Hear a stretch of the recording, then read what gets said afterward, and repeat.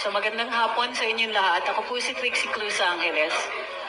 Isa po ako dun sa mga binigyan ng imbitasyon ng Kongreso, ng House of Representatives sa isang pagdinig di umano'y ukol sa fake news.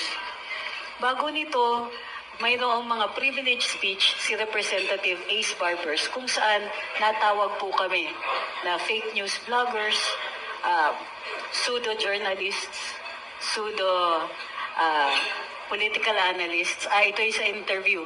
Sa iba naman ay tinatawag kaming narco-vloggers or pogo-vloggers at iba pa. Dahil sa mga naunang mga sinabi ng ating mga kinatawan na nasa Kongreso, naging maliwanag sa amin na mayroong ito po ay isang paraan para patahimikin kami. Patahimikin sa pamamaraan ng marahas na pagtatanong doon sa bahay nila, sa House of Representatives. Kung kaya't naisipan namin na panindigan ang aming karapatan magsalita at paparusahan o papagalitan sa mga sinasabi namin ano pa ang saysay ng kalayaan magsalita at magpahayag. Pinaninindigan namin to dahil ito ay garantisado ng ating saligang batas.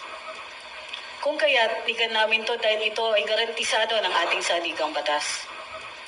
Kung kaya't dito sa aming petisyon na tinulog sa Korte Suprema, sinasabi namin itong proceedings na ito ay paraan lang para pagalitan kami o patahimikin. Nakita naman namin kung anong ginawa sa mga resource persons ng mga Quadcom, ng Quintcom. Nakikita natin na kahit labag sa sarili nilang rules na 10 days lang ang detention ng isang na cite for contempt, nagtatagal pa rin ang kanilang mga resource persons.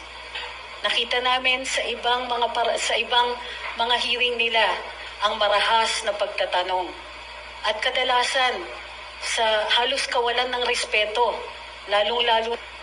Alam namin bilang mga ordinaryong